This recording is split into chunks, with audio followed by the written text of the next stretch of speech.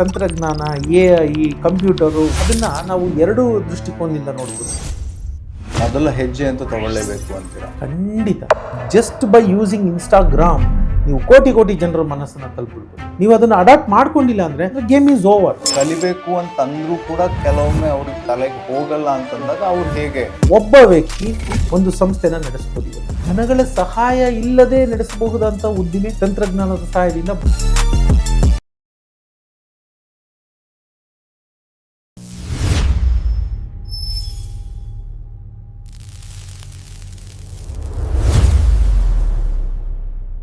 ನಮಸ್ಕಾರ. ಬಡಕಿಲಾ ಪ್ರದೀಪ್ ಯೂಟ್ಯೂಬ್ ಚಾನಲ್ನ ಎಲ್ಲ ವೀಕ್ಷಕರಿಗೂ ಕೂಡ ಸ್ವಾಗತ. ಇದು ನಾನ ಅಂತರಂಗ ವಿದ್ ರಂಗಸ್ವಾಮಿ ಮೂಕನಹಳ್ಳಿ. ಸೊ ಅವ್ರನ್ನ ಕಾರ್ಯಕ್ರಮಕ್ಕೆ ಸ್ವಾಗತ ಮಾಡಿಬಿಡೋಣ. ಸರ್ ನಮಸ್ತೆ. ನಮಸ್ಕಾರ ಪ್ರದೀಪ್ ಅವರೇ.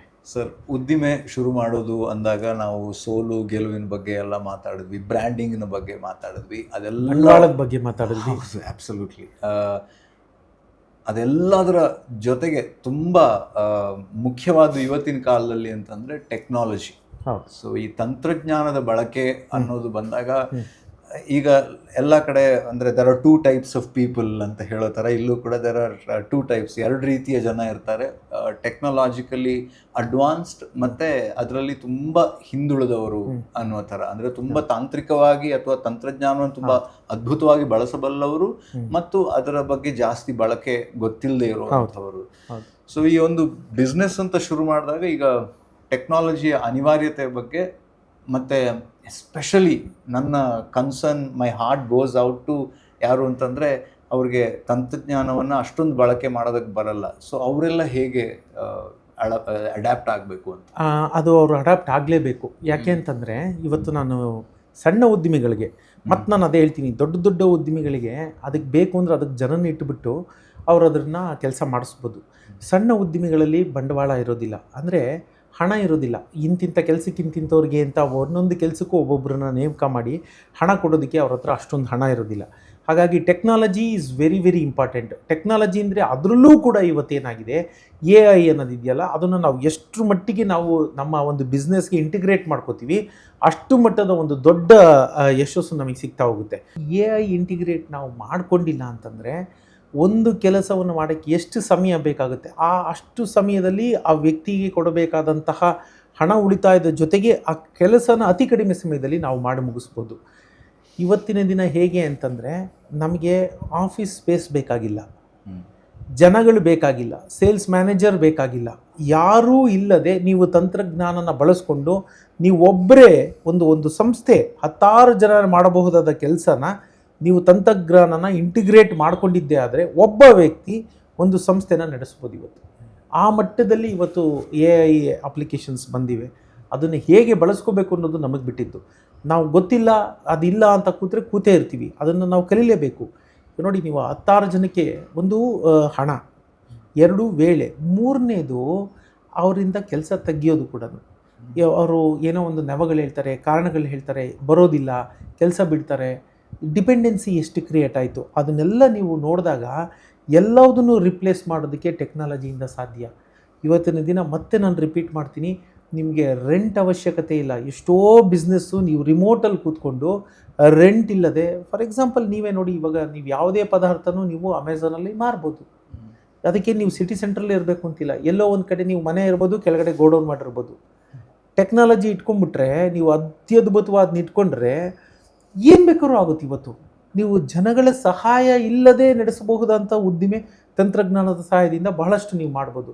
ಹಾಗಾಗಿ ನನಗೆ ಗೊತ್ತಿಲ್ಲ, ನನಗೆ ಅದು ಗೊತ್ತಾಗಲ್ಲ, ನಾನು ಯೂಸ್ ಮಾಡಲ್ಲ, ಮೊಬೈಲ್ ಯೂಸ್ ಮಾಡಲ್ಲ, ಅಪ್ಲಿಕೇಶನ್ ಯೂಸ್ ಮಾಡಲ್ಲ ಅಂತಂದರೆ ಯು ಆರ್ ಅಟ್ ಲಾಸ್. ಹಂತವಾಗಿ ಒಂದೇ ದಿನ ನಿಮಗೆ ಅದಕ್ಕೆ ಬರದೇ ಹೋಗ್ಬೋದು. ನೀವು ಅದನ್ನು ಸ್ಟಾರ್ಟ್ ಮಾಡಬೇಕು. At least show some love towards technology. ನಿಮಗೆ ಮೊದಲನೇ ದಿನವೇ ಅದೆಲ್ಲ ಬಿಟ್ಕೊಡೋದಿಲ್ಲ. ಈಗ ಯಾವ ತಾನೇ ಎಲ್ಲ ಬಂದುಬಿಡ್ತು ನಮಗೆ. ಮೊದಲನೇ ದಿನ ಈ ಕೂಡ ಕೂಡಿಸಿ ನಮಗೆ ತಿದ್ದಿಸಿದ್ದಾರಲ್ವ, ಅಕ್ಷರಾಭ್ಯಾಸ ಅಂತ ಮಾಡಿಸಿ ಅದು ತಿದ್ದಿಸಿ ಇವತ್ತು ಎಷ್ಟೆಷ್ಟೆಲ್ಲ ಬರಿತೀವಿ. ಬಟ್ ಅವತ್ತಿಗೆ ನಮಗೆ ಏನು ಯಾರೋ ತಿದ್ದಿಸಿದ್ದೆ ಕೂಡ ಅಲ್ವಾ. ಹಾಗೆ ಟೆಕ್ನಾಲಜಿ ಕೂಡ ನನಗೆ ಆಗಲ್ಲ ಅನ್ನೋದನ್ನು ಈ 2 ರೀತಿಯ ಜನಗಳು ಅಂದ್ರಲ್ಲ, ನನಗೆ ಬಹಳ ಇಷ್ಟ ಆಯಿತು. ಈ 2 ರೀತಿಯ ಜನದಲ್ಲಿ ಒಂದು ರೀತಿಯ ಜನಗಳು ನಾವು ಏನು ಮಾಡಿದ್ರೂ ಹೊಸದಕ್ಕೆ ಒಗ್ಗೊಳ್ಳೋದಿಲ್ಲ ಅಂತ ಒಂದು ಮನೋಭಾವ. ಆ ಮನೋಭಾವ ಇದು it is not about technology.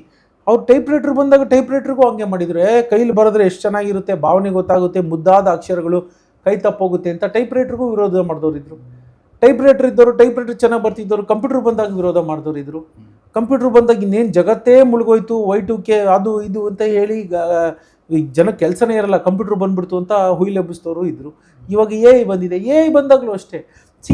ತಂತ್ರಜ್ಞಾನ, AI, computer, whatever you may call it, ಅದನ್ನು ನಾವು ಎರಡು ದೃಷ್ಟಿಕೋನದಿಂದ ನೋಡ್ಬೋದು. ನೀವು ಅದನ್ನು ಶತ್ರುವಾಗಿ ನೋಡ್ಬೋದು, ನೀವು ಅದನ್ನು ಮಿತ್ರನಾಗಿ ನೋಡ್ಬೋದು. ನೀವು ಅದನ್ನು ಶತ್ರುವಾಗಿ ನೋಡಿದ್ರೆ ಅದು ನಿಮಗೆ ಅದು ಖಂಡಿತ ಲಾಸ್ ಮಾಡುತ್ತೆ. ನೀವು ಅದನ್ನು ಮಿತ್ರನಾಗಿ ಬಳಸ್ಕೊಂಡ್ರೆ ಅದು ನಿಮಗೆ ಬಹಳಷ್ಟು ಒಳ್ಳೇದು ಮಾಡುತ್ತೆ. ಯದ್ಭಾವಂ ತದ್ಭವತಿ, 100%. ಎರಡನೇ ಮಾತೇ ಇಲ್ಲ ಅದರಲ್ಲಿ. ಆದರೆ ನೀವು ಕನ್ನಡದಲ್ಲಿ, ಅಚ್ಚ ಕನ್ನಡದಲ್ಲಿ ಮನಸ್ಸಿನಂತೆ ಮಹಾದೇವ. ಸತ್ಯ. Very true. ಬಟ್ ನೀವು ಹೇಳಿದ್ದನ್ನು ಒಪ್ಕೊಳ್ತೀನಿ ನಾನು. ಅಂದರೆ ಟೆಕ್ನಾಲಜಿ ಅನಿವಾರ್ಯ, ನಾನು ಅದನ್ನು ಅಳವಡಿಸೋದಕ್ಕೆ ಪ್ರಯತ್ನ ಪಡೋನು ಕೂಡ. ಆದರೆ ತುಂಬ ಜನರನ್ನ ನಾನು ನೋಡಿದ್ದೀನಿ, ಅವ್ರಿಗೆ ಕಲಿಬೇಕು ಅಂತಂದರೂ ಕೂಡ ಕೆಲವೊಮ್ಮೆ ಅವ್ರಿಗೆ ತಲೆಗೆ ಹೋಗಲ್ಲ ಅಂತಂದಾಗ ಅವ್ರು ಹೇಗೆ ಅದನ್ನು ಸರಿ ಹೇಗೆ ಅಂದಾಗ ಅವ್ರಿಗೆ ಒಂದು ಹೊಸ ಬ್ಲಡ್ ಇದ್ದೇ ಇರುತ್ತೆ, ಮನೇಲೆ ಯಾರೋ ಇರ್ತಾರೆ. ನಾನು ಸಣ್ಣ ಉದ್ದಿಮೆಗಳ ಬಗ್ಗೆ ಮಾತಾಡ್ತಿದ್ದೀನಿ. ಮತ್ತು ದೊಡ್ಡ ಉದ್ದಿಮೆಗಳಲ್ಲಾದರೆ ನೀವು ಅದಕ್ಕೆ ಅಂತಲೇ ಒಬ್ಬ ವ್ಯಕ್ತಿನ ನೇಮಿಸ್ಬಿಡ್ಬೋದು. ನೀವು ಇದನ್ನೆಲ್ಲ ಇಂಟಿಗ್ರೇಟ್ ಮಾಡಿ ನಮ್ಗೆ ಇದನ್ನು ಇದು ಮಾಡ್ಕೊಂಬನ್ನಿ, ಅಡಾಪ್ಟ್ ಮಾಡೋಕ್ಕೆ ಟೆಕ್ನಾಲಜಿನ ತರಕ್ಕೆ ಹೀಗೆ ಅಂತ.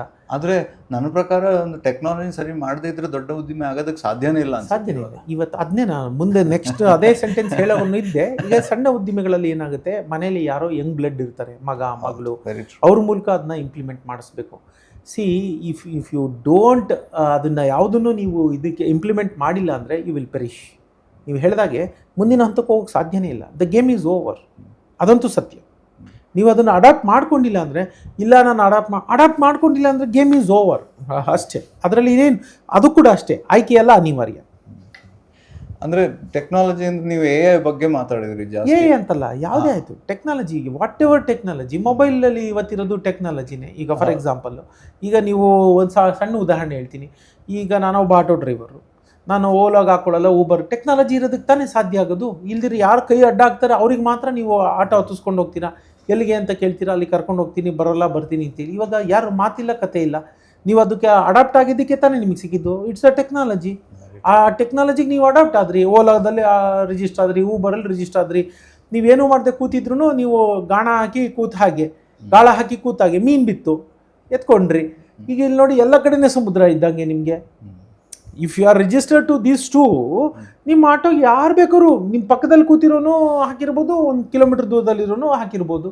ನಿಮಗೊಂದು ಗ್ರಾಹಕ ಸಿಕ್ಕದ್ನ. ನಾನು ಏನೂ ಮಾಡಲ್ಲ, ನಾನು ಯಾವುದಕ್ಕೂ ಅಡಾಪ್ಟ್ ಆಗಲ್ಲ, ನನಗೆ ಮೊಬೈಲೇ ಬರಲ್ಲ ಅಂಥೇಳಿ ನೀವಿನ್ನೂ ಯಾವುದೋ ಒಂದು ಟಚ್ ಸ್ಕ್ರೀನ್ ಇಲ್ಲದೆ ಇರೋವಂಥದ್ದು ಮೊಬೈಲ್ ಇಟ್ಕೊಂಡು, ಬೇಸಿಕ್ ಫೋನ್ ಇಟ್ಕೊಂಡು ದಾರಿಲಿ ಕೈ ಅಡ್ಡಾಕ್ತೀವಿ. ಇವತ್ತು ದಾರಿಲಿ ಕೈ ಅಡ್ಡಾಕೋರ ಸಂಖ್ಯೆ ಎಷ್ಟು? ನೆಗ್ಲಿಜಬಲ್. ಈಗ ಯಾರನ್ನೂ ಹೇಳಲ್ಲ, ಅವ್ರಿಗೆ ಗೊತ್ತು ಏನೋ ಅಂತ ಅದಕ್ಕೆ ಬೇಡ ಅಂತ ಹೇಳ್ತಾರೆ. ಎಲ್ಲರೂ ಇವತ್ತು ಟೆಕ್ನಾಲಜಿ. ಸೊ ಇದು ಸಣ್ಣ ಉದಾಹರಣೆ ಯಾವ ಮಟ್ಟಕ್ಕೆ ಹೋಗಿದೆ. ಆಮೇಲೆ ಇನ್ನೊಂದು ಉದಾಹರಣೆ ಹೇಳಕ್ಕೆ ಬಂದೆ, UPI. ಇವತ್ತು ತರಕಾರಿ ಮಾಡೋರು ಕೂಡ ಒಂದು QR ಕೋಡ್ ಇಟ್ಕೊಂಡು ಕೂತಿರ್ತಾರೆ. ತರಕಾರಿ 20 ರೂಪಾಯಿ 30 ರೂಪಾಯಿ ತೊಗೊಂಡು ಕೂಡ ಮಾಡ್ತಾರೆ. ಎಳ್ನೀರಿಂದ ಕೂಡ QR ಕೋಡ್ ಇಟ್ಟಿದೆ. It's A technology. ಸೊ ಅದು ಬಿಸ್ನೆಸ್ಸೇ, ತರಕಾರಿ ಬಿಸ್ನೆಸ್ಸು, ಎಳ್ನೀರು ಬಿಸ್ನೆಸ್ಸು. ಅವ್ರು ಇಲ್ಲ ನಾನು ಮಾಡಲ್ಲ ಅಂತಂದ್ರೆ ಅವ್ರಿಗೆ ಚೇಂಜೇ ಇಲ್ಲ. ಕೆಲವೊಂದು ಅಂಗಡಿಗಳಲ್ಲಿ ನಾವು ನೋಡ್ತೀವಿ, ಇಲ್ಲ ನಮ್ದು ಕ್ಯಾಶ್ ಮಾತ್ರ ಅಂತ. ಅಂಥವ್ರಿಗೆ ಎಷ್ಟು ದಿನ ಆಗುತ್ತೆ? ಅದು ನಾನು ಹೇಳೋದು ತಪ್ಪು. ಅದು ಏನಂದ್ರೆ ಯಾತಕ್ಕೆ ಅದು ನಡೀತಾ ಇದೆ, ಯಾವ ಅಂಗಡಿಗಳಲ್ಲಿ ಆಗ್ತಿದೆ ಅದನ್ನು ನಾನು ನಿಮ್ಗೆ ಹೇಳಬಲ್ಲೆ. ನೀವು ಗಾಂಧಿ ಬಜಾರ್ ಹೋದರೆ ಒಂದು 4 ಅಂಗಡಿ ಆ ಥರದ್ದು ನಿಮಗೆ ಸಿಕ್ಬಿಡುತ್ತೆ. ನಾನು ಹೆಸರು ಹೇಳೋದೇ ಬೇಡ. ಯಾಕಾಗುತ್ತೆ ಅಂತಂದರೆ ಅದೇ ಅಲ್ಲಿ ಅವ್ರದ್ದು ಇನ್ನೊಂದು ಯುನೀಕ್ ಸೆಲ್ಲಿಂಗ್ ಪಾಯಿಂಟ್ ಏನಂದರೆ, ಅವ್ರ ಪದಾರ್ಥ ಜನರ ಹತ್ರ ಅಷ್ಟು ಫೇಮಸ್ ಆಗ್ಬಿಟ್ಟಿದೆ. ಅವರು ಅಡಾಸಿಟಿ, ಅವ್ರು ಏನು ಮಾಡಿದ್ರು ಇನ್ನೂ ನಡೀತಾ ಇದೆ, ತಗೋತಾ ಇದ್ದಾರೆ ಜನ ತಗೋತಾರೆ. ಯಾಕೆಂದರೆ ಆ ಪದಾರ್ಥ ಅವ್ರಿಗೆ ಇನ್ನೂ ಇದೆ. ಅದು ಒಂದು ತಲೆಮಾರಿನ ತನಕ ಒಂದು ಪಾರ್ಟ್. ಮತ್ತೆ ಇನ್ನೊಂದು ಪ್ರಾಬಬ್ಲಿ ಈ ಥರದವರೆಲ್ಲ ನಮ್ದೆಲ್ಲ ಟೆಕ್ನಾಲಜಿ ಒಳಗಡೆ ಹೋಗಬಾರ್ದು ಅನ್ನುವಂಥ ಇದು. ಅಂದರೆ ಅದು ಒಂದು ತಲೆಮಾರು, ನೆಕ್ಸ್ಟ್ 5-10 ಇಯರ್ಸ್. ನಾನು ಹೇಳಿದ್ನಲ್ಲ, ಯು ವಿಲ್ ಪೆರಿಶ್. ಅವರು ಪರೀಕ್ಷೆ ಆಗ್ತಾರೆ. ಅದನ್ನು ಒಪ್ಕೊಂಡು ಕೊಂಡ್ಕೊತಾ ಇತ್ತಲ್ಲ ಒಂದು ಗ್ರಾಹಕ ವರ್ಗ, ಅದು ಮುಗಿದೋಗುತ್ತೆ.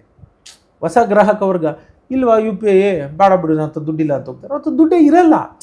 ಇವ್ರಿಗಾದ್ರೆ ಈ ತಲೆಮಾರಿನ ಜನಕ್ಕೆ ಗೊತ್ತಿದೆ, ಎಲ್ಲ ಅಲ್ಲಿ ಆ ಅಂಗಡಿಲಿ XYZ ಅಲ್ಲಿ ತಗೊಳ್ಳಲ್ಲ, ಅಲ್ಲಿ ಉಪ್ಪಿನಕಾಯಿ ಸೂಪರು, ಏನು ಮಾಡೋಕ್ಕಾಗಲ್ಲ. ಅವ್ರು ದುಡ್ಡು ಡ್ರಾ ಮಾಡ್ಕೊಂಡು ಹೋಗೋರು ಕೊಟ್ಬಿಟ್ಟು ತೊಗೊಂಡು ಹೋಗ್ತಿದ್ದಾರೆ. But it will never. ಇನ್ನೊಂದು ಕ್ಯಾಶ್ ವ್ಯವಹಾರನೇ ಬೇಕು ಅನ್ನೋರು, ಅದು ಕೂಡ ಪರೀಕ್ಷೆ ಆಗ್ತಾ ಇದೆ. ಪರೀಕ್ಷೆ ಆಗೇ ಆಗುತ್ತೆ. ನಾನು ಹೇಳಿದ್ನಲ್ಲ, ಲಾಂಗ್ ರನ್ನಲ್ಲಿ ಯಾವುದು ಇದು ಸಸ್ಟೈನಬಲ್ ಅಲ್ಲ. ನೀವು ಟೆಕ್ನಾಲಜಿಗೆ ಅಡಾಪ್ಟ್ ಆಗಲೇಬೇಕು. ಅಡಾಪ್ಟ್ ಆಗಲಿಲ್ಲ ಅಂತಂದರೆ ಪರೀಕ್ಷೆ.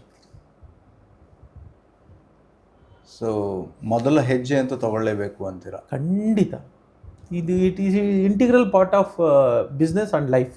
ಇವತ್ತು ನೀವು ಬಿಡಿ ಬಿಸ್ನೆಸ್ ಬಿಡಿ, ಜೀವನದಲ್ಲೂ ಕೂಡ ನಾನು ವಾಟ್ಸಪ್ ಉಪಯೋಗಿಸಲ್ಲ ಅಂತ ಎಷ್ಟು ಜನ ಕೇಳ್ತೀರಿ ನೀವು ಇವತ್ತು? ಹೇಗಾಗತ್ತದು? ನೀವು ವಾಟ್ಸಪ್ ಉಪಯೋಗಿಸ್ದೆ ಹೇಗಿರೋಕ್ಕೆ ಸಾಧ್ಯ? ನಾನು ಉಪಯೋಗಿಸಲ್ಲ, ಟೆಕ್ನಾಲಜಿ ಬೇಡ ನನಗೆ ಅಂತಂದ್ರೆ ಯಾರಿಗೆ ಲಾಸು ಇವತ್ತಿಗೆ? ದಿನ ಬೆಳಗಾಗಿದ್ರೇ ವಾಟ್ಸಾಪೇ ಓಪನ್ ಮಾಡೋದೇ ನಡೀತಾ ಇದೆ ಎಲ್ಲ ಕಡೆ. ಹೌದು. ಸೊ ತಂತ್ರಜ್ಞಾನ ಅನ್ನೋದು ಬಿಸ್ನೆಸ್ ಒಂದೇ ಅಂತಲ್ಲ, ಜೀವನಕ್ಕೂ ನಾವು ಅದನ್ನು ಬೇಡ ಅನ್ನೋ ಸ್ಥಿತಿಲಿ ಇವತ್ತು ಇಲ್ಲ, ಕಾಲಘಟ್ಟನೇ ಇಲ್ಲ, ಆ ರೀತಿ ಕಾಲಘಟ್ಟವೇ ಅಲ್ಲ. ಬಟ್ ತಂತ್ರಜ್ಞಾನ ಅಂತಂದಾಗ ಹಾಗಿದ್ರೆ ಈಗ AI ಮತ್ತು ಇದು ಮಾತ್ರ ನೀವು ಅಂದರೆ ಒಂದು ಬ್ರ್ಯಾಂಡಿಂಗ್ ವಿಚಾರಕ್ಕೆ ಬಂದಾಗ ಅಥವಾ ಅದು ಹಿಂದಿನ ಸಂಚಿಕೆಯಲ್ಲೂ ಕೂಡ ನೀವು ಒಂದು ವೆಬ್ಸೈಟಿನ ಬಗ್ಗೆ ಹೇಳಿದ್ರಿ. ಸೊ ಆ ಆ್ಯಂಗಲಲ್ಲಿ ನೋಡೋದಾದರೆ ಹಾಗಿದ್ರೆ ತಂತ್ರಜ್ಞಾನ ಆ ರೀತಿಯಲ್ಲಿ ನಾವು ಹೇಗೆ ಅವೈಲೇಬಲ್ ಇರಬೇಕು ಅಂತ? ತುಂಬ ಈಸಿ ನೋಡಿ. ನೀವು ಇವತ್ತಿನ ದಿನ ಮೊದಲೆಲ್ಲ ಏನಾಗೋದು ಗೊತ್ತಾ, ಒಂದು ವಿಡಿಯೋ ಶೂಟ್ ಮಾಡ್ಸೋಕ್ಕೆ ಹೋಗ್ತಿದ್ರಿ, ಯಾರ ಹತ್ರನೂ ಅದನ್ನು ವಿಡಿಯೋ ಶೂಟ್ ಮಾಡ್ತಿದ್ರಿ, ಎಡಿಟ್ ಮಾಡಿಸ್ತಿದ್ರಿ, ಏನೆಲ್ಲ ಮಾಡ್ತೀರಾ. ಇವತ್ತು AI ಟೂಲ್ಗಳನ್ನ ಬಳಸ್ಕೊಂಡು ನಿಮ್ಮ ಬಿಸ್ನೆಸ್ಸಿಗೆ ಸಂಬಂಧಪಟ್ಟಂಥ 30 ಸೆಕೆಂಡು, 50 ಸೆಕೆಂಡು, 1 ನಿಮಿಷ 20 ಸೆಕೆಂಡು ರೀಲ್ಸ್ಗೆ ಎಷ್ಟು ಬೇಕೋ ಅಷ್ಟರದ್ದು ಒಂದೊಂದು ವಿಡಿಯೋ ಶೂಟ್ ಅದೇ ಮಾಡಿಕೊಟ್ಬಿಡ್ತೀನಿ. ನೀವು ಪ್ರಾಂಪ್ಟ್ ಕೊಟ್ಟರೆ ಅದೇ ಕ್ರಿಯೇಟ್ ಮಾಡಿಕೊಡುತ್ತೆ ನಿಮ್ಮ ಪದಾರ್ಥಕ್ಕೆ ತಕ್ಕನಂಗೆ. ಅದನ್ನು ನೀವು ಕರೆಕ್ಟಾಗಿ ಅದೇ ನಿಮಗೆ ಫೇಸ್ಬುಕ್ ಇರ್ಬೋದು, ಇನ್ಸ್ಟಾಗ್ರಾಮ್ ಇರ್ಬೋದು, ಅದು ಪೋಸ್ಟ್ ಕೂಡ ಮಾಡಿಬಿಡುತ್ತೆ. ಇವತ್ತು ನೀವು ಸರಿಯಾಗಿ ತಂತ್ರಜ್ಞಾನನ ಬಳಸ್ಕೊಂಡು ವಿಡಿಯೋಗಳನ್ನು ಮಾಡಿದ್ದೇ ಆದರೆ, ಸೋಷಿಯಲ್ ಮೀಡಿಯಾನ ಸಶಕ್ತವಾಗಿ ಬಳಸಿ ಹ್ಯಾಶ್ಟ್ಯಾಗ್ಗಳನ್ನು ಉಪಯೋಗಿಸಿ ಮಾಡಿದ್ದೇ ಆದರೆ, ಇನ್ಸ್ಟಾಗ್ರಾಮಲ್ಲಿ ಕೋಟಿ ಜನನ ನೀವು ರೀಚ್ ಆಗ್ಬೋದು. ನಿಮ್ಮ ಬಿಸ್ನೆಸ್ ಇದೆ ಅಂತ ಗೊತ್ತಾಯಿತು. ಇಲ್ದಿದ್ರೆ ನೀವೇನೂ ಮಾಡಲ್ಲ, ವೆಬ್ಸೈಟ್ ಏನೋ ಓಪನ್ ಮಾಡಿಬಿಟ್ರಿ, ನಿಮ್ಮ ವೆಬ್ಸೈಟ್ ಇದೆ ಅಂತ ಯಾರಿಗೆ ಗೊತ್ತಾಗುತ್ತೆ ಜನಕ್ಕೆ? ಈ ಸಣ್ಣ ಟೆಕ್ನಿಕ್ ನೀವು ಯೂಸ್ ಮಾಡಿ, ಜಸ್ಟ್ ಬೈ ಯೂಸಿಂಗ್ ಇನ್ಸ್ಟಾಗ್ರಾಮ್ ನೀವು ಕೋಟಿ ಜನರ ಮನಸ್ಸನ್ನು ತಲುಪಿಬಿಡ್ಬೋದು. Thank you. ಟೆಕ್ನಾಲಜಿ ಬೇಕೇ ಬೇಕು. ಧನ್ಯವಾದಗಳು. ಆ್ಯಂಡ್ ನೀವೆಲ್ಲರೂ ಕೂಡ ಇದನ್ನು ನೋಡ್ತಾ ಇರೋದು ಕೂಡ ತಂತ್ರಜ್ಞಾನದ ಮೂಲಕನೇ. ಸೊ ಮುಂದಿನ ಸಂಚಿಕೆಯಲ್ಲಿ ಮತ್ತೊಂದು ವಿಚಾರನ ಮಾತಾಡೋಣ. ನಾನಾಂತರಂಗದಲ್ಲಿ ನೀವು ನಾನಾ ರಂಗದಲ್ಲಿ ಹೇಗೆ ನಿಮ್ಮ ಉದ್ದಿಮೆಯನ್ನು ಶುರು ಮಾಡಬಹುದು ಅನ್ನೋ ವಿಚಾರವಾಗಿ ನಮಗೆ ನಿರಂತರವಾಗಿ ಮಾಹಿತಿಯ ಕಣಜವನ್ನೇ ಹೊತ್ತು ತರ್ತಾ ಇರುವಂತಹ ರಂಗಸ್ವಾಮಿ ಮೂಕನಹಳ್ಳಿ ಅವರಿಗೆ ಧನ್ಯವಾದವನ್ನು ಹೇಳ್ತಾ ಈ ಸಂಚಿಕೆನ ಇಲ್ಲೇ ಮುಗಿಸುವಂತಹ ಸಮಯ. ಮುಂದಿನ ಸಂಚಿಕೆಯಲ್ಲಿ ಸಿಗೋಣ. ನಮಸ್ಕಾರ. ನಮಸ್ಕಾರ.